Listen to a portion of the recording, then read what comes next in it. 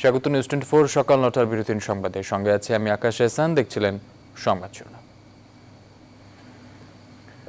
এবার বিস্তারিত। মাদকাসক্তি নিরাময় ও পুনর্বাসন কেন্দ্রের নামে রাজধানী সহ দেশজুড়ে ব্যাঙের ছাতার মতো গজিয়ে উঠেছে সাইনবোর্ড সর্বস্ব অনুমোদনহীন বিভিন্ন প্রতিষ্ঠান। পরিসংখ্যান অনুসন্ধান বলছে এরকম কথিত নিরাময় কেন্দ্রের সংখ্যা প্রায় ১২০০। বিশ্লেষকরা বলছেন দেখভালের অভাব আর রাজনৈতিক মদদে তৈরি হয়েছে এসব নিরাময় কেন্দ্র। এগুলোকে নিয়ন্ত্রণ ও নির্মূল করতে প্রয়োজন টাস্কফোর্স তৈরি করে নিয়মিত অভিযান।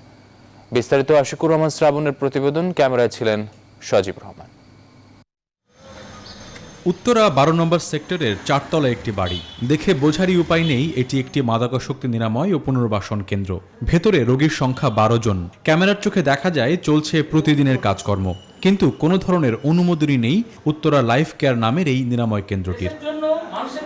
মাদকদ্রব্য নিয়ন্ত্রণ অধিদপ্তরের পরিদর্শক দলকে বৈধতার কোনো কাগজপত্রই দেখাতে পারেনি তারা, কিন্তু কাগজপত্র বলছে কয়েক বছর ধরে শতাধিক মাদকাসক্তকে চিকিৎসা দিয়েছে প্রতিষ্ঠানটি। নিয়ম অনুযায়ী একটি নিরাময় কেন্দ্রে আবাসিক চিকিৎসক ও মনোবিদ থাকার কথা, কিন্তু উত্তরা লাইফ কেয়ারে কোনো দিনই সেটা ছিল না। পরিসংখ্যান বলছে সারা দেশে এমন অনুমোদনহীন প্রতিষ্ঠান আছে প্রায় ১২০০। আইন এবং বিধিবিধান ব্যতিরেকে কোনো প্রতিষ্ঠান এটা চলতে পারবে না। অবৈধভাবে কোনো প্রতিষ্ঠান চলে এরকমের আমার কাছে তথ্য আছে, তাহলে কিন্তু সেটা আমরা যথাযথভাবে আইনানুগ ব্যবস্থা নেব। কিভাবে এসব প্রতিষ্ঠান তৈরি হয় ও টিকে থাকে তার ব্যাখ্যা দিয়েছেন বিশ্লেষকরা। মনিটরিং করার জন্য যে প্রসিজিওরগুলোর কথা বিধিমালায় বলা হয়েছে সেটা অ্যাবসলিউটলি মিসিং। নিয়ন্ত্রণটা এবং এই সুপারভিশনটা কন্টিনিউ যাতে করা হয়, ঠিক মতো করা না হয়, আলটিমেটলি কিন্তু এই সকল ধরনের আমি বলবো যে আয়োজন সেগুলো আসলে ব্যর্থ হয়ে যায়।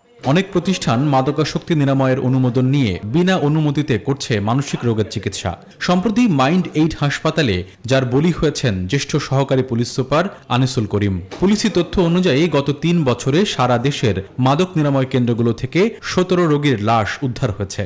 ব্যাংকের সাথে মতো যে আমাদের বেসরকারি পর্যায়ে যে আমাদের নিরাময় কেন্দ্রগুলো গড়ে উঠেছে সেটা ক্লোজ মনিটরিং না, তারা ইতিমধ্যে এই মাসে আমাদের একটা মিটিং আছে মাদক নিয়ন্ত্রণ উপদেষ্টা কমিটির। আমরা সেখানে একটা প্রস্তাব আমরা দিব যে একটা টাস্কফোর্স গঠনের মাধ্যমে সারা দেশে এগুলা যে কতগুলা অবৈধ নিরাময় কেন্দ্র রয়েছে তারা এই ধরনের ঘটনা পুনরাবৃত্তি না হয় তার মধ্যে যেন সিলগালা করে দেওয়া হয় এবং যথাযথ পরীক্ষা নিরীক্ষার পর যেন লাইসেন্সগুলো দেওয়া হয়। রাজধানী ঢাকায় ১০৫টি সহ সারা দেশে অনুমোদিত ৩১২টি মাদক নিরাময় কেন্দ্র আছে। সেগুলোতেও নিয়মিত মনিটরিং না করার অভিযোগ পুরনো। আশিকুর রহমান শ্রাবণ, নিউজ 24, ঢাকা। সারা দেশে প্রায় ৬,০০০ বেসরকারি হাসপাতাল, ক্লিনিক ও ডায়াগনস্টিক সেন্টার নিবন্ধন ছাড়াই অবৈধভাবে কার্যক্রম চালাচ্ছে। সময় বেঁধে দেওয়ার পরও এদের মধ্যে ২,৯১৬টি হাসপাতাল নবায়নের জন্য আবেদনই করেনি। স্বাস্থ্য অধিদপ্তর বলছে নিয়ম বহির্ভূত সব হাসপাতাল পর্যায়ক্রমে বন্ধ করে দেওয়া হবে। বিস্তারিত হাসান পারভেজের প্রতিবেদনে। ঢাকা রিজেন্ট হাসপাতালে করোনা চিকিৎসা নামে প্রতারণার ঘটনা উদ্ঘাটিত হওয়ার পর জানা গিয়েছিল অনুমোদন ছাড়াই চলছিল ওই হাসপাতাল। আর গত সোমবার ঢাকার আদাবরে মাইন্ড এইড হাসপাতালে একজন পুলিশ কর্মকর্তাকে হত্যা করার পর জানা যায় ওই হাসপাতালও নিবন্ধন ছাড়া অবৈধভাবে চলছিল। দেশে বেসরকারি হাসপাতাল, ক্লিনিক নিবন্ধন ছাড়াই কার্যক্রম পরিচালনা নতুন নয়। বছরের পর বছর ধরে নিজেদের খেয়াল খুশি মতো প্রতিষ্ঠান পরিচালনা করে আসছে। এই ধরনের প্রতিষ্ঠানে চিকিৎসা সেবা নিতে গিয়ে অনেকে ক্ষতির মুখে পড়েছেন। বর্তমানে স্বাস্থ্য অধিদপ্তরের কাছে বেসরকারি হাসপাতাল, ক্লিনিক ও ডায়াগনস্টিক সেন্টারের তালিকা আছে ১১,৯৪০টি। সেই তালিকা থেকে নিবন্ধন প্রক্রিয়া সম্পন্ন করেছে ৬,০৭০টি।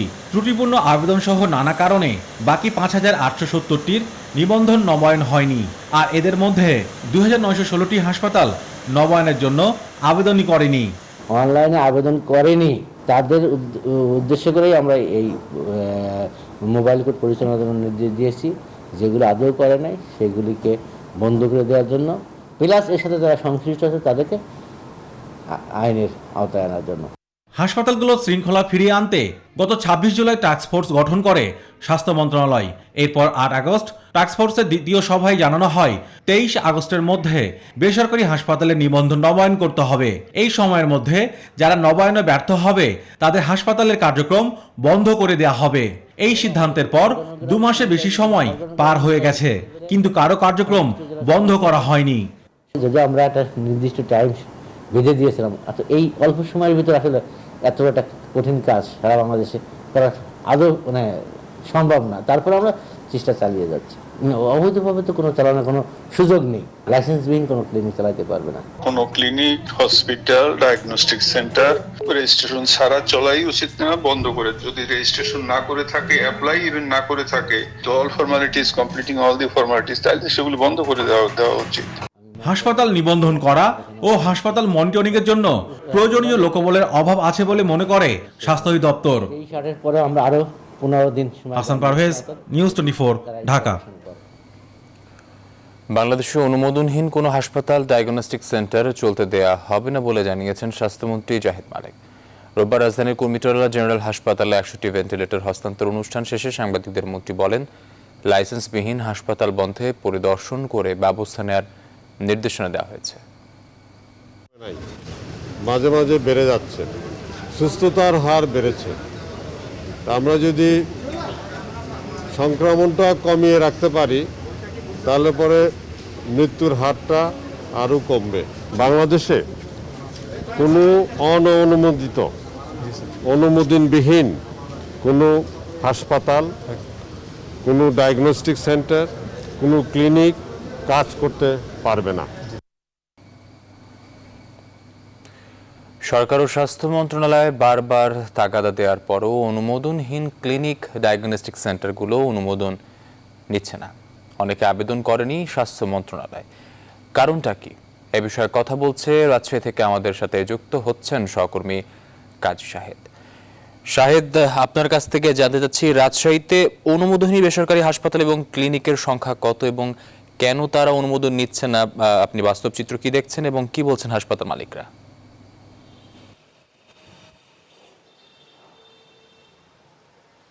শুভ সকাল আকাশ। বারবার তাগাদা দেওয়ার পরেও রাজশাহীর কিন্তু বহু ক্লিনিক, ডায়াগনস্টিক যেগুলো বেসরকারি পর্যায়ে চলে, তারা রেজিস্ট্রেশনের আওতায় আসেনি। সিভিল সার্জন কার্যালয়ের তথ্য যেটি বলছে, 286টি আবেদন তাদের কাছে জমা পড়েছে। এর মধ্যে 100 কিছু বেশি ক্লিনিক তারা ইতিমধ্যেই পরিদর্শন করেছেন। বাকিগুলি এখনো পরিদর্শন করার মতো সময় বা জনবল তাদের হাতে এখনো পর্যাপ্ত নেই, এমনটি বলা হয়েছে। ফলে বলা যায় যে কাগজে কলমের যে 286, তার মধ্যে অর্ধেকের বেশি ক্লিনিক, ডায়াগনস্টিক এখনো অবৈধভাবেই চলছে। এর বাইরে কিন্তু আরও প্রায় 5 শতাধিক ক্লিনিক, ডায়াগনস্টিক সেন্টার আছে যেগুলো এখন পর্যন্ত আবেদনই করেনি, আবেদনের বাইরেই চলছে। রাজশাহীর চিত্র এতটা ভয়াবহ এখন পর্যন্ত যে সেগুলোর যে আইনের আওতায় আনার যে প্রক্রিয়া, সেটিও শুরু করতে পারেনি সিভিল সার্জন কার্যালয়। আমরা একটু কথাই বলতে চাই ক্লিনিক, ডায়াগনস্টিক ওনার্স অ্যাসোসিয়েশনের সহসভাপতি ফয়সাল কবির চৌধুরীর সঙ্গে। ডক্টর ফয়সাল কবির চৌধুরী, আপনাকে স্বাগত জানাই। বারবার সরকার তাগাদা দেয়, কিন্তু ক্লিনিক, ডায়াগনস্টিক সেন্টারগুলিকে শৃঙ্খলার মধ্যে কেন আনা যাচ্ছে না? জি ধন্যবাদ। আসসালামু আলাইকুম, শুভ সকাল সকলকে। আসলে আমাদের সিভিল সার্জন অফিস থেকে সারা রাজশাহীতে 286টি ক্লিনিক এবং ডায়াগনস্টিক সেন্টার রয়েছে। এর মধ্যে আমরা আমাদের ক্লিনিক অনার্স অ্যাসোসিয়েশনের পক্ষ থেকে কালকে তার সাথে সাক্ষাৎ করেছি। তিনি যেটা আমাদেরকে জানিয়েছেন যে 156টি অলরেডি তারা রেজিস্ট্রেশনের কার্যক্রম সুসম্পন্ন করেছেন এবং আশা করি আগামী 1-1.5 মাসের মধ্যে বাকিগুলো সম্পন্ন হয়ে যাবে। এখন বেসিক্যালি যে এই যে শৃঙ্খলা বলতে গেলে আমরা কিন্তু সবাই শৃঙ্খলার মধ্যেই থাকতে চাই। এখন আমাদের কিছু বাইন্ডিংস রয়েছে, এই বাইন্ডিংসগুলো যদি আশা করি যদি আমরা কামহার করতে পারি তাহলে হয়তো আমাদের এই শৃঙ্খলা থাকতে আমাদের কোনো সমস্যা নেই। কি বাইন্ডিংসগুলি কি আছে? কারণ ক্লিনিক এবং ডায়াগনস্টিক সেন্টার চালাতে যেসব উপকরণ, যেসব সরঞ্জাম, চিকিৎসক প্রয়োজন, সেগুলি তো আপনারা রাখবেন, তাহলে বাইন্ডিংস কি আছে? জি অবশ্যই এগুলো আছে। আমাদের যে সরকারি নীতিমালা অনুযায়ী যে 10 বেডের হাসপাতালের জন্য 3জন সার্বক্ষণিক চিকিৎসক, 6টা সার্বক্ষণিক ডিপ্লোমা নার্স এবং 3 জন ক্লিনার, এটা এসেনশিয়াল। এগুলো মোটামুটি সব ক্লিনিকেই আছে এবং ক্ষেত্র বিশেষে মানে বেড অনুযায়ী আনুপাতিক হারে সেরকম ডাক্তার, নার্স এবং ক্লিনার সহ বাকি আনুষঙ্গিক যে প্রয়োজনীয়গুলো স্টাফের দিক দিয়ে আমাদের কোনো সমস্যা নেই। তবে আমরা অনলাইন যখন রেজিস্ট্রেশন করি, এই অনলাইন রেজিস্ট্রেশন করার সময় আমাদের বেশিরভাগই যখন আমাদের সে দেখায় যে আমাদের online registration have been successfully registered, but এইখানে যখন আমাদের কিন্তু এটা আবার বোঝা যায় না যে আমাদের কাগজটা কোথায় ভুল থাকলো বা কোথায় কেন পেন্ডিং হলো, এটা কিন্তু প্রথমে বোঝা যায় না। এটা আমাদেরকে যে ঢাকাতে আমাদের ডিজি হেলথের যে অফিস রয়েছে সেখানে যে আমাদের এই ফাইন্ডিংগুলো বের করে আনতে হয় যে আমার কোন জায়গাটায় গ্যাপ আছে বা কাগজপত্রে কোথায় গ্যাপ আছে, তখন তারা আবার সেটা পেন্ডিং করে দেয়, দেন আমরা সেটা আবার সাবমিট করি। আপনার কাছ থেকে একটু জানতে চাই সেটি হলো যে 286টি বলছেন সিভিল সার্জন কার্যালয়ের তালিকায়, কিন্তু আমরা তো জানি যে রাজশাহীতে আরো অনেক ক্লিনিক ডায়াগনস্টিক আছে যেগুলো চলছে, অনুমোদন নেই। আপনারা মালিকরা কি করছেন? জি, অবশ্যই আমরা আইনের প্রতি শ্রদ্ধাশীল এবং আমরা চাই যে যেসব বেসরকারি প্রতিষ্ঠানগুলো আইনের বাইরে রয়েছে বা রেজিস্ট্রেশনের বাইরে রয়েছে বা রেজিস্ট্রেশন করে নাই, তাদেরকে অবশ্যই ফাইন্ড আউট করতে আমরা তাগিদা দিয়েছি। এক্ষেত্রে আমাদের ক্লিনিক ওনার্স অ্যাসোসিয়েশনের পক্ষ থেকে বলা হয়েছে যে যারা আনরেজিস্টার্ড ক্লিনিক তাদেরকে আইনের আওতায় এনে রেজিস্ট্রেশনের আওতায় আনার জোর দাবি জানিয়েছি আমরা। কিন্তু এটি তো এখন বলছেন সরকার যখন পদক্ষেপ নিতে যাচ্ছে, কিন্তু যারা আপনাদের যে সংগঠন, আপনারা আপনাদের স্বার্থে তো আন্দোলন সংগ্রাম করেন, তখন কেন আপনারা আগেই পদক্ষেপটি নেন? দেখুন, আমরা কোনো সময় কিন্তু সরকারের বিরুদ্ধে বা আমাদের নীতির বিরুদ্ধে আমরা কিন্তু কোনো করি না। বেসিক্যালি এটা হয়ে যায় ক্ষেত্র বিশেষে, তবে এটা খুবই কম। তবে আমরা চাই যে অবশ্যই আমরা আইনের মধ্যে থেকে, শৃঙ্খলার মধ্যে থেকে আমাদের ব্যবসা কার্যক্রম করতে। আপনাকে ফয়সাল কবির চৌধুরী আমাদের সঙ্গে যুক্ত হওয়ার জন্য। আকাশ, আমরা কথা বলছিলাম ক্লিনিক ডায়াগনস্টিক ওনার্স অ্যাসোসিয়েশনের সহসভাপতি ফয়সাল কবির চৌধুরী। তিনি যেটি বলছিলেন, সরকার যে সিদ্ধান্ত নিয়েছে আইনের প্রতি শ্রদ্ধাশীল, তারা আইনের মধ্যে থেকেই ক্লিনিক ডায়াগনস্টিক সেন্টার পরিচালনা করতে চান। তো এই ছিল রাজশাহী থেকে আমার কাছে সর্বশেষ। আকাশ, ফিরছি স্টুডিওতে আপনার কাছে। আপনাকে ধন্যবাদ। দর্শক, আমাদের সাথে যুক্ত ছিলেন রাজশাহী থেকে সহকর্মী কাজী শাহেদ। নির্বাচনকে কেন্দ্র করে দেশে বাস পুড়িয়ে অস্থিতিশীল অবস্থার সৃষ্টি করছে বিএনপি। মুজিব বর্ষ উপলক্ষে জাতীয় সংসদের বিশেষ অধিবেশনে কথা বলেন প্রধানমন্ত্রী শেখ হাসিনা। বলেন, অনেকেই বঙ্গবন্ধুকে না বুঝে তার প্রতি একদলীয় শাসন ব্যবস্থা কায়েম করা বা ক্ষমতা কুক্ষিগত করে রাখার অভিযোগ তুলেছিলেন। কিন্তু বঙ্গবন্ধু সবসময় দেশের মানুষের উন্নয়ন চেয়েছিলেন।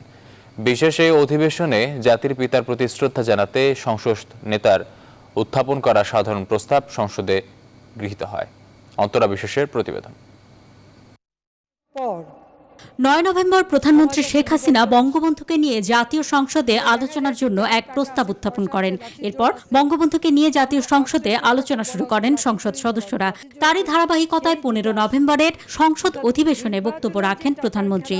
তিনি বলেন, বঙ্গবন্ধু দেশ চালনার সময়ে নানা ধরনের বাধা পেয়েছেন। স্বাধীনতা বিরোধী চক্র এবং দেশীয় আন্তর্জাতিক চক্র যখন তার এই যাত্রাপথে প্রতিবন্ধকতা করতে সৃষ্টি করলো নানা ধরনের যখন ঘটনা, তখন তিনি এদেশের মানুষের আর্থসামাজিক উন্নয়নের জন্য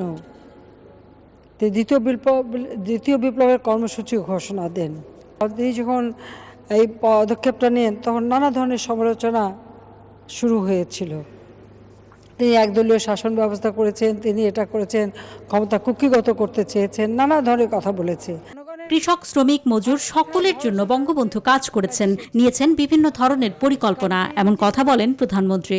এমন একটা সিস্টেম তিনি করতে চেয়েছিলেন যা সরাসরি মানুষ তার সঙ্গে সম্পৃক্ত থাকবে এবং দেশের উন্নতি হবে। প্রধানমন্ত্রী আরও বলেন, বাংলাদেশ বঙ্গবন্ধুর স্বপ্নের পথেই হাঁটছে। করোনা ভাইরাস, ঘূর্ণিঝড়, বন্যা সহ নানা ধরনের সমস্যা শক্ত হাতে মোকাবেলা করছে বাংলাদেশ। রয়েছে রাজনৈতিক শত্রুতাও। নির্বাচন হয়, নির্বাচনে অংশগ্রহণ করার নামে অংশগ্রহণ করে, টাকা পয়সা যা পায় পকেট দিয়ে থুয়ে দেয়। ইলেকশনের দিন ইলেকশনও করে না, এজেন্টও দেয় না, কিছুই করে না। অমনি মাঝপথে ইলেকশন বয়কট নাম দিয়ে এবার বাসে আগুন দিয়ে একটা পরিস্থিতি সৃষ্টি করতে চায়। এটার উদ্দেশ্যটা কি?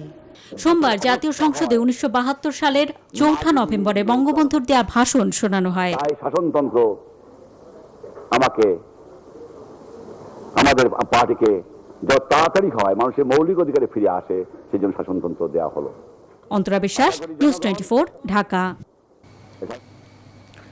মাওলানা জুনায়েদ বাবু নগরীকে আমির ও নূর হোসেন কাশেমিকে মহাসচিব করে 151 সদস্য বিশিষ্ট কমিটি ঘোষণা করেছে হেফাজতে ইসলাম বাংলাদেশ। রোববার চট্টগ্রামের দারুল উলুম মঈনুল ইসলাম হাটহাজারী মাদ্রাসায় অনুষ্ঠিত কাউন্সিলে এই কমিটি গঠিত হয়। আগের আমির আহমদ শফির মৃত্যুতে নেতৃত্ব শূন্যতার পাশাপাশি বিশৃঙ্খলার সৃষ্টি হয় সংগঠনটিতে। এদিকে সংগঠনের কিছু নেতাকর্মী এই কমিটি গঠনের প্রক্রিয়াকে প্রত্যাখ্যান করেছেন। শামসুল আলম বাবুর ক্যামেরায় শেখ জায়েদের রিপোর্ট। সংগঠনের কাউন্সিল উপলক্ষে সকাল থেকে চট্টগ্রামের হাটহাজারী দারুল উলুম মইনুল ইসলাম মাদ্রাসায় আসতে থাকেন কাউন্সিলররা। সকাল 10টার কিছু পর শুরু হয় কাউন্সিল। 4.5 ঘন্টার রুদ্ধতার আলোচনা ও মতামতের ভিত্তিতে সিনিয়র 12 জনকে কমিটি গঠনের দায়িত্ব দেন প্রতিনিধিরা। জুনায়েদ বাবুনগরীকে আমির করে 2:30টার দিকে ঘোষণা করা হয় কমিটি। আমিরের পদে প্রস্তাবনা হযরত আল্লামা হাফেজ জুনায়েদ বাবুনগরী। মহাসচিব নূর হোসেন কাসেমি জমিয়তে উলামায়ে ইসলামেরও মহাসচিব। সংগঠনের স্বার্থে আগের পদ ছাড়বেন তিনি। নেতৃত্ব প্রাপ্তির পর সবার কাছে দোয়া চান বাবুনগরী। আমি এই গুরুত্বপূর্ণ দায়িত্ব আদায় করার জন্য, আদায় করতে পারার জন্য আপনারা দোয়া করবেন, আমার জন্য দোয়া করবেন, আমার কমিটির হযরতে উলামায়ে কেরামের জন্য দোয়া করবেন। অন্তরের অন্তঃস্থল থেকে আপনাদের সবের শুকরিয়া জ্ঞাপন করি এবং আমরা সত্যিকারের সাথে জাতির সেবা করতে পারি। আল্লাহ পাক আমাদেরকে সেই তৌফিক দান করেন। 64 জেলার 4 শতাধিক কাউন্সিলরের উপস্থিতিতে হেফাজতের দায়িত্ব নিল নতুন নেতৃত্ব। আল্লামা শফির মৃত্যুর পর সংগঠনের যে বিভেদ সৃষ্টি হয়েছে তা নিরসন করা এই নেতাদের জন্য চ্যালেঞ্জ হবে বলে মনে করছেন কর্মীরা। শেখ জায়েদ, নিউজ 24, হাটহাজারী, চট্টগ্রাম। হেফাজতে ইসলাম বাংলাদেশের নতুন কমিটিকে অবৈধ ও অসাংবিধানিক আখ্যা দিয়ে তা প্রত্যাখ্যান করেছেন সংগঠনটির একাংশের নেতারা। তাদের অভিযোগ, নতুন কমিটিতে হেফাজতে ইসলামের প্রতিষ্ঠাতা আমির প্রয়াত শাহ আহমদ শফির সন্তানসহ অনুসারীদের কারো জায়গা হয়নি। গত কমিটির যুগ্ম মহাসচিব মঈনুদ্দিন রুহি নিউজ 24-কে বলেন, আগের কমিটির অন্তত 50 সদস্য সম্মেলনে দাওয়াতি পাননি, যা হেফাজতে ইসলামের গঠনতন্ত্র পরিপন্থী।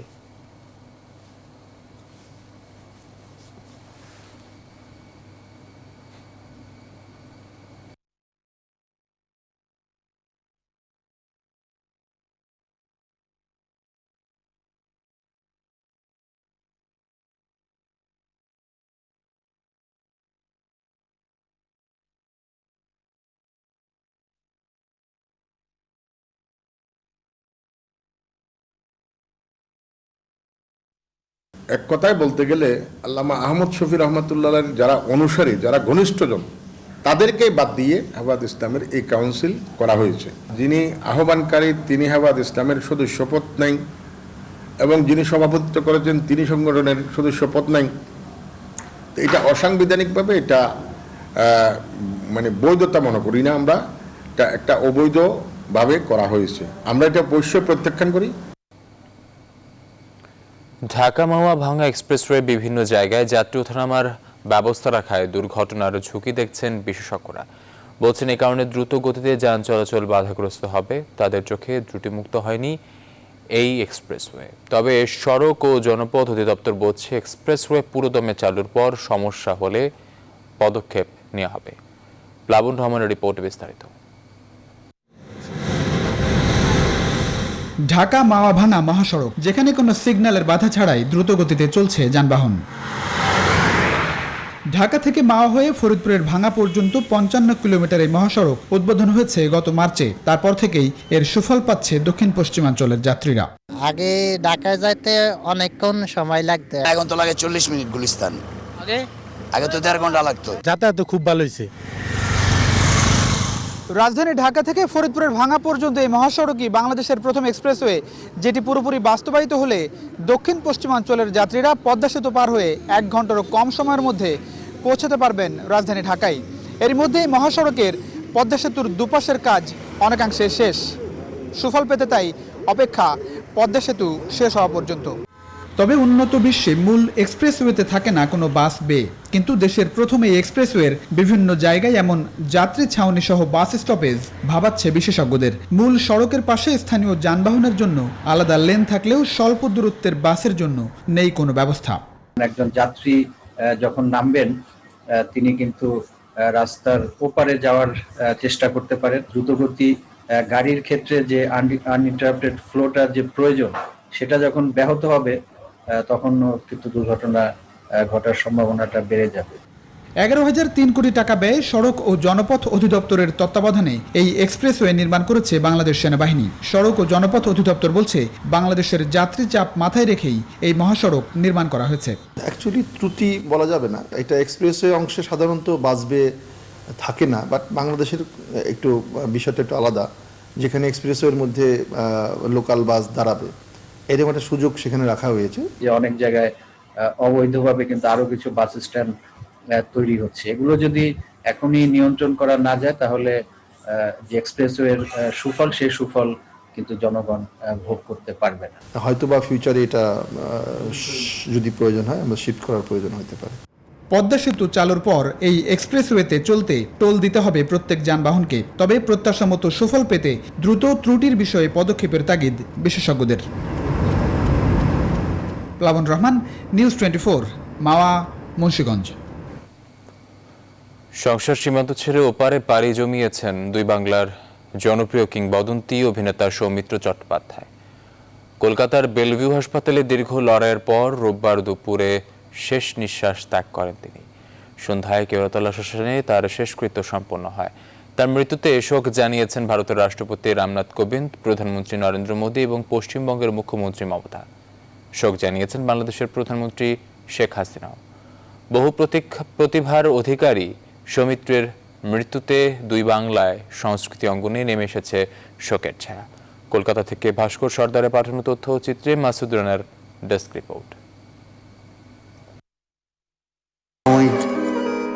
বন্ধু বান্ধব যারা, তারাও তো সব এক এক করে চলে যাচ্ছে। গেল 6 অক্টোবর কোভিড আক্রান্ত হয়ে বেলভিউ হাসপাতালে ভর্তি হন সৌমিত্র। 3 দিনের মধ্যেই অবস্থার অবনতির কারণে তাকে হাসপাতালের আইসিইউতে রাখা হয়।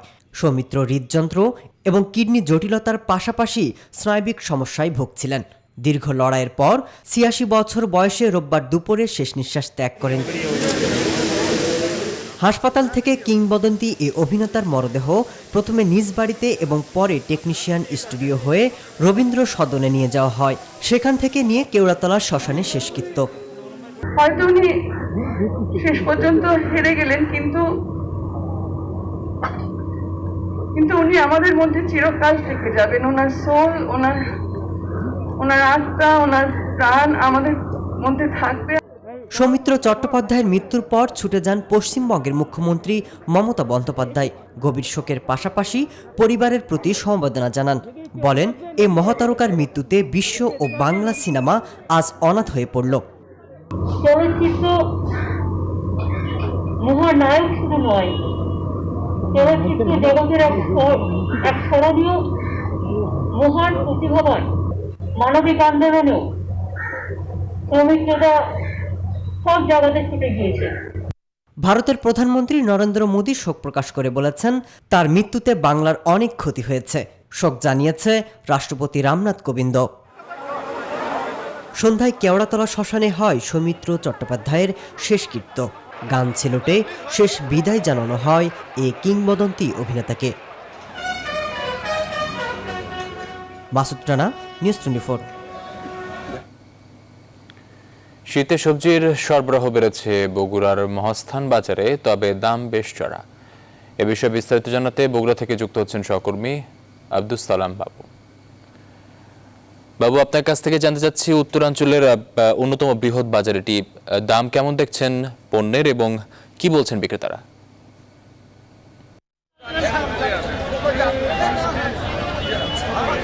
ধন্যবাদ আকাশ। আমরা এখন অবস্থান করছি বগুড়ার মহাস্থান হাটে, যেটি উত্তরাঞ্চলের সর্ববৃহৎ কাঁচামালের বাজার। এখানে প্রত্যেকদিন বগুড়া জেলা এবং জেলার আশেপাশের বিভিন্ন জেলা থেকে লোকজন তাদের উৎপাদিত সবজি এখানে নিয়ে আসে ভালো দামের আশায়। ইতিমধ্যেই শীতের আগাম সবজি বাজারে এসেছে। আপনি জানেন যে এখন সামনে কয়েকদিন পরে শীতের আগমনী বার্তা দেখা দিয়েছে, আর এই শীতের সবজিকে কেন্দ্র করে মহাস্থানের এই হাটটি এখন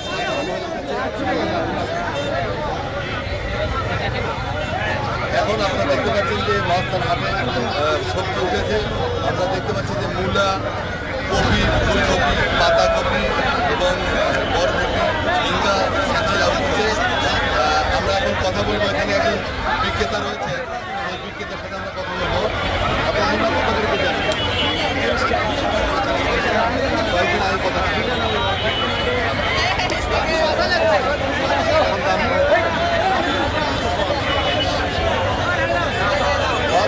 হাটে যেহেতু এখন শীতের আগাম সবজি এসেছে, দাম এই জন্য কিছুটা কম, তবে এই দাম বিভিন্ন কারণে দেশের বিভিন্ন জেলায় যখন যাচ্ছে তখন দামটা অনেকটা বেড়ে যাচ্ছে। এখন আমরা কথা বলবো একজন পাইকারি ক্রেতার সাথে, তিনি দেশের বিভিন্ন জায়গায়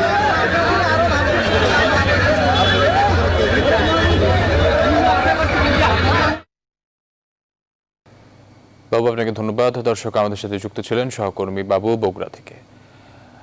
এবার অন্য প্রসঙ্গ, খালের ওপর ব্রিজ আছে কিন্তু দুপাশে কোনো সড়ক নেই। সড়কবিহীন ব্রিজটি অকেজো হয়ে পড়ে আছে প্রায় 2 বছর।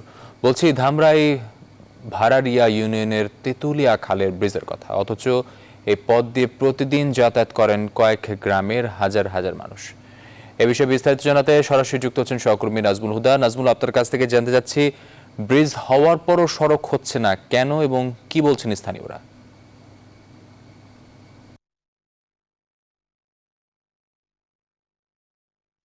ধন্যবাদ আকাশ। এই মুহূর্তে রয়েছি ধামরাইয়ের ঠিক ভাড়ালিয়া ইউনিয়নের তেঁতুলিয়া যে খাল, সেই খালের উপরে। এই এলাকায় আপনি দেখছেন যে খুবই গুরুত্বপূর্ণ একটি সড়ক। এই সড়ক দিয়ে মানুষের যে যাতায়াত করবে এবং ঢাকা জেলার মতো জায়গায় এরকম একটি খালের উপরে আপনি দেখছেন যে দুই পাশে আসলে সড়ক নেই এবং বেশ 2 বছর ধরে কিন্তু এই ব্রিজটি নির্মাণ করা হয়েছে এবং এই ব্রিজটি যেভাবে নির্মাণ করা হয়েছে আসলে কতটুকু মানসম্পন্ন ব্রিজ সেটা আসলে এখন দেখার বিষয়। আমি একটু কথা বলি আপনার সঙ্গে। এই ব্রিজটা দিয়ে আপনি পার হলেন, ব্রিজের উপরে ঠিক বাঁশের সাইকো, এরপরে আপনারা পার হলেন কেন? আসলে রাস্তা আছে, ব্রিজ আছে, রাস্তা নাই, কি মনে হচ্ছে আপনার কাছে?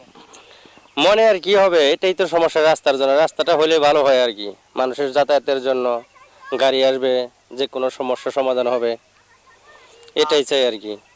সরকারের কাছে কি দাবি আপনাদের? সরকারের কাছে এটাই দাবি আর কি, ভালো একটা রাস্তার জন্য আর কি, ভালো একটা রাস্তার দরকার দেশের উন্নয়ন হওয়ার জন্য আর কি। রাস্তাঘাট ভালো থাকলে মানুষের যেমনটা আসলে বলছিলেন এখানকার লোকজন কিন্তু তারা বলছিল এবং যে উন্নয়নের ছোঁয়া আসলে ঢাকা জেলার মতো জায়গায় এইভাবে আসলে মাঠের মধ্যে কিন্তু তারা রাস্তা তৈরি করেছে এবং ব্রিজও তৈরি করেছে, কিন্তু ঠিক ব্রিজের 2 পাশে, এই পাশে এবং 2 পাশেই কোথাও কিন্তু আপনার মাটি লক্ষ্য করা যাচ্ছে না। আমরা একটু সরাসরি একটু আপনাদেরকে আরো কাছে থেকে একটু দেখাতে চাই যে এই অবস্থাটা কি অবস্থায় আপনারা দেখছেন এবং সেখান থেকে দেখছেন যে এই যে ব্রিজের যে জায়গা, আমরা বাস দিয়ে কিন্তু পার হতে হয়। এখানকার যে সব মানে লোকজন, এই গ্রামের যে লোকজন, প্রায় এখানকার আশেপাশে হাজার হাজার মানুষ, গার্মেন্টসের যে সব লোকজন, তারা আসলে যাতায়াত করে যে এই বাসের উপর। আপনি দেখছেন যে এখানে বাস রয়েছে এবং এরপরে আপনার ব্রিজে উঠতে হয়। ঠিক এইভাবে কিন্তু আবারও ঠিক রোডের ওই পারেও কিন্তু একই রকমের অবস্থা এবং আপনি দেখছেন যে এখানে যে খালটি রয়েছে, এই খালটির আপনার সেখানে আপনি দেখছেন যে কত গভীর এবং এই সড়কটির থেকে কিন্তু অনেক উঁচু জায়গাটি রয়েছে এবং আর যে ব্রিজটি নির্মাণ করা হয়েছে, ব্রিজটি কিন্তু আপনি দেখছেন যে এখন জরাজীর্ণ অবস্থায় রয়েছে এবং রডগুলি বের হয়ে গেছে এবং যে পাথরের যে ঢালাই সেগুলো কিন্তু মূলত বের হয়ে গেছে এবং এখানকার যে মানুষগুলি কিন্তু তারা আসলে যাতায়াত করতে পারছে না এবং এখানকার যে লোকজন, তারা একটি রোগী নিয়ে যে রাস্তা পারাপার হবে সেরকম সুযোগও।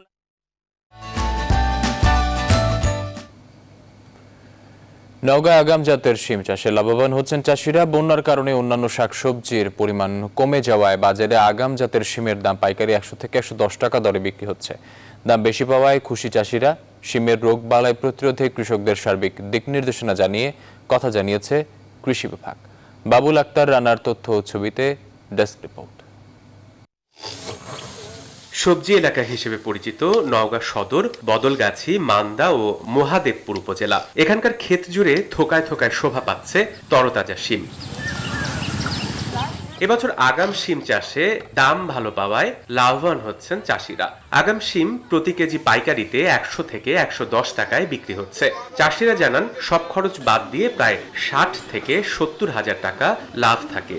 আমরা আগাম সিম বিক্রি করতেছি, ভালো পয়সা পাচ্ছি। এখন যদি আবহাওয়া ভালো হয়, ফসল ভালো হয়, 1 লক্ষ টাকা 10-20 হাজার টাকা, 1,10,20 হাজার টাকা। তবে এবছর ঘন বৃষ্টি ও আবহাওয়ার বিপর্যয়ে রোগবালাইয়ের আক্রমণ বেশি বলেও জানান চাষিরা। নওগাঁ জেলার 350 হেক্টর জমিতে আগাম জাতের শিমের আবাদ হয়েছে। শিমের রোগবালাই প্রতিরোধে কৃষকদের সার্বিক দিক নির্দেশনা দেয়া হচ্ছে বলে জানালেন কৃষি কর্মকর্তা। আমরা এই সমস্ত কৃষকদের এই শিম চাষে এর উৎপাদন এবং বালাই ব্যবস্থাপনা সম্পর্কে উপসর্গের কৃষি অফিসারদের মাধ্যমে আমরা তাদের পরামর্শ দিচ্ছি। ধানের পরিবর্তে বেশি লাভের আশায় নওগাঁ জেলার চাষিরা আগাম জাতের শিমের আবাদ করে থাকেন। কৃষি অফিসের সার্বিক সহযোগিতা পেলে আগামীতেও শিমের আবাদ আরো বৃদ্ধি পাবে অভিমত সংশ্লিষ্টদের। Text report, news 24। জলাবদ্ধতার কারণে সাতক্ষীরায় বিকল্প ফসল হিসেবে পানি ফলের বাণিজ্যিক চাষ শুরু হয়েছে। জেলার প্লাবিত অঞ্চলগুলোতে সর্বত্রই এখন চাষ হচ্ছে এই ফলের। খেতে সুস্বাদু এবং কম খরচে বেশি লাভ হওয়ায় জলমগ্ন জমিতে পানি ফল চাষ এখন জনপ্রিয় হয়ে উঠেছে। সে সাথে বেকার শ্রমিকদের সৃষ্টি হয়েছে কর্মসংস্থানও। সাতক্ষীরা থেকে শাকিলা ইসলাম জুয়ের তথ্য চিত্রে ডেস্ক রিপোর্ট। বর্ষা মৌসুম আসলেই সাতক্ষীরার নিম্নাঞ্চল 4 থেকে 5 মাস পানিতে প্লাবিত থাকে। এ সময় কৃষক বসে না থেকে জলাবদ্ধ জমিতে চাষ করে থাকেন পানি ফলের। প্রতি বছর ভাদ্র মাস থেকে পানি ফল রোপণ শুরু হয়ে চলে আশ্বিন মাস পর্যন্ত, আর অগ্রহায়ণ থেকে পৌষ মাসের শেষ পর্যন্ত চলে পানি থেকে ফল তোলার কাজ। বাংলাদেশে ফলটিকে পানি ফল বা সিংড়া বললেও গাছটির বৈজ্ঞানিক নাম বর্ষজীবী জলজ উদ্ভিদ। লতার মতো গাছটি 5 মিটার পর্যন্ত লম্বা আর পানির উপরে শাপলা ফুলের মতো ভেসে থাকে পাতাগুলো। ফলগুলোতে শিঙের মতো কাটা থাকে বলে এর নামকরণ হয়েছে পানি সিংড়া। পুষ্টিকর এই ফলের চাহিদা থাকায় দিন দিন সাতক্ষীরায় পানি ফলের চাষ বেশ জনপ্রিয় হয়ে উঠেছে।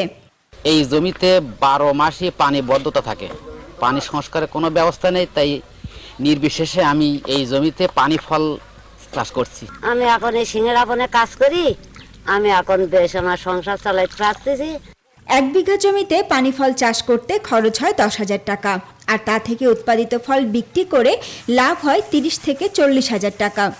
10 থেকে 15,000 টাকা খরচ হয়, আর বেচাকেনা আমার হয় 20 থেকে 25,000 বেচাকেনা হয়। আবার যদি ভালো দাম পাওয়া যায় তাহলে আবার 20-30,000 টাকা হতে পারে। এখান থেকে কিনে বহুত জায়গায় পাঠায়, ঢাকায়, নাটোর, খুলনা, বরিশাল, চট্টগ্রাম, সিলেট। অতি জলাবদ্ধতার কারণে কৃষকরা ধান বা অন্য ফসল করতে না পারার কারণে কৃষি সম্প্রসারণ অধিদপ্তরের পক্ষ থেকে বিভিন্নভাবে জলাবদ্ধ পতিত জমিতে পানি ফল চাষের জন্য কৃষকদের উদ্বুদ্ধ করা হচ্ছে বলে জানালেন এই কর্মকর্তা। সাতক্ষীরা জেলায় এই পানি ফলের আবাদ দিনের পর দিন বেড়ে চলেছে এবং আশা করি আমরা আমাদের উপসহকারী কৃষি অফিসার সার্বক্ষণিক তাদের পাশে বিভিন্ন বিষয়ে পরামর্শ দিয়ে যাচ্ছে। সাতক্ষীরা জেলায় এবছর 115 হেক্টর জমিতে পানি ফলে চাষ হয়েছে। Desk report, news 24। এবার ফার্স্ট সিকিউরিটি ইসলামী ব্যাংক অর্থ বাণিজ্য সংবাদ।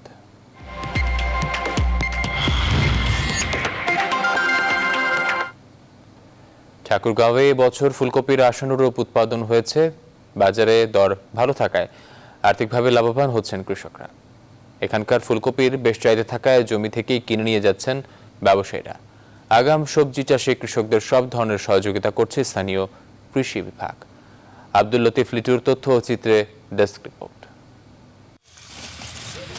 ঠাকুরগাঁয়ে রানীশঙ্কেল, পীরগঞ্জ, হরিপুর সহ বিভিন্ন উপজেলায় ফুলকপির আবাদ করেছেন কৃষকরা। আবহাওয়া অনুকূলে থাকায় ফলনও বেশ ভালো হয়েছে। কৃষকরা জানান, এখানকার ফুলকপির চাহিদা থাকায় জমি থেকেই দেশের বিভিন্ন স্থানে কিনে নিয়ে যাচ্ছেন ব্যবসায়ীরা। প্রতিমন ফুলকপি বিক্রি হচ্ছে 2,600 টাকা দরে।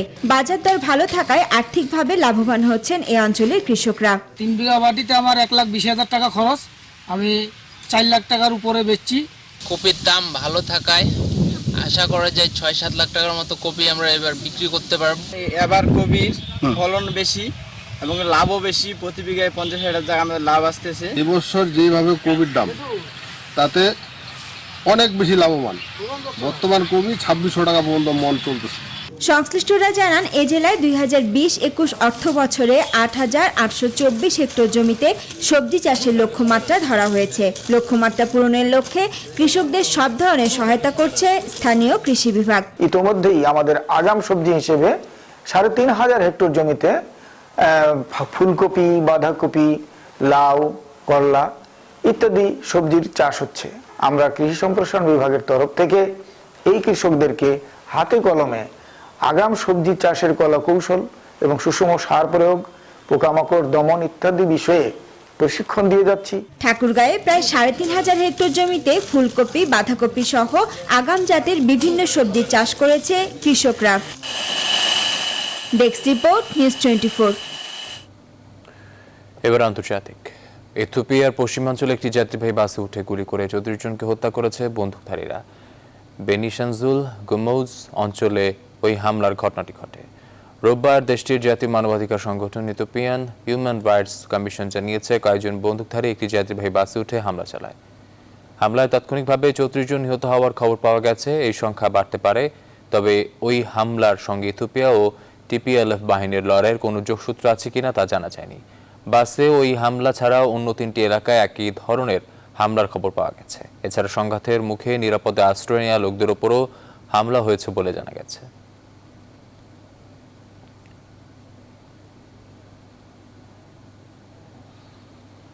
খেলার খবর। জাতীয় ফুটবল দলে ক্যাম্পে করোনার থাবা। আক্রান্ত খোদ দলের কোচ জেমিডে। দ্বিতীয় দফায় আবারও টেস্ট করানো হয়েছে জেমির। নেপালের বিপক্ষে সিরিজের দ্বিতীয় ম্যাচ ও কাতার সফরে জেমির যাত্রা নির্ভর করছে দ্বিতীয় টেস্টের ওপর। তবে বাফুফের পক্ষ থেকে জানানো হয়েছে, শেষ পর্যন্ত জেমির ফলাফল পজিটিভ এলে তাকেই ছাড়াই বিশ্বকাপ বাছাইয়ের ম্যাচ খেলতে কাতারের উদ্দেশ্যে দেশ ছাড়বে বাংলাদেশ দল। বিস্তারিত মাহফুজুল ইসলামের রিপোর্ট। নেপালের বিপক্ষে সিরিজের প্রথম ম্যাচে জয়ের পরদিন শনিবার জাতীয় দলের ফুটবলারদের রুটিন করোনা পরীক্ষা করানো হয়। পরীক্ষার ফল সে রাতেই আসে টিম ম্যানেজমেন্টের হাতে। জামাল শুফিল্ডের কোচ জেমিডে করোনায় আক্রান্ত হবার খবরটা অসময়ে বজ্রপাতের মতো হয়ে আসে টিম ম্যানেজমেন্টের জন্য। তবে দলের অন্যান্য সদস্যরা সুস্থ আছেন বলে গণমাধ্যমকে নিশ্চিত করেছেন বাফুফের সাধারণ সম্পাদক আবু নাইম সোহাগ। গতকালকে সকলের কোভিড টেস্ট করা হয়েছে। নেপাল জাতীয় ফুটবল দল, বাংলাদেশ জাতীয় ফুটবল দল, খেলোয়াড়, অফিসিয়াল বৃন্দ সকলেরই গতকালকে সকল রেজাল্ট নেগেটিভ, এক্সেপ্ট আমাদের বাংলাদেশ জাতীয় ফুটবল দলের প্রধান প্রশিক্ষক মিস্টার জেমিডে, তার রেজাল্টটা পজিটিভ এসেছে। তো জেমি অলরেডি সে আইসোলেশনে রয়েছে। ডিসেম্বরে বিশ্বকাপ বাছাইয়ের ম্যাচ খেলতে বাংলাদেশকে আমন্ত্রণ জানিয়েছে কাতার। জেমিডের খবরটা তাই বাংলাদেশ ফুটবলের জন্য দুঃসংবাদ। তবে পরিস্থিতি যাই হোক না কেন, নেপালের বিপক্ষে 2 ম্যাচের সিরিজ শেষ করে কাতারে উড়াল দিবে বাংলাদেশ। বিএফএফ এর প্রিন্সিপাল হচ্ছে, সিন্স আমরা অফিসিয়ালি অলরেডি কমিটমেন্ট দিয়েছি ফিফার কাছে, এফসির কাছে, এবং ফিফা এফসি যেহেতু অলরেডি ম্যাচটাকে স্যাংশন করেছে, অফিসিয়ালি এটা অনুমোদন দিয়েছে, we are too much positive, very much positive যে এই ম্যাচটাতে আমরা অংশগ্রহণ করতে যাচ্ছি। সো বাকি ফার্দার কোর্স অফ অ্যাকশন আমরা সময়ের সাথে সাথে বাকি আপডেটগুলো আমরা সবাইকে জানাবো। 17 নভেম্বর নেপালের বিপক্ষে দ্বিতীয় ম্যাচের আগে আবারও করোনা পরীক্ষা করানো হবে ফুটবলারদের। মাহফুজুল ইসলাম, নিউজ 24, ঢাকা। দর্শক, এই ছিল এখনকার আয়োজনে। এতক্ষণ সাথে থাকার জন্য ধন্যবাদ সবাইকে।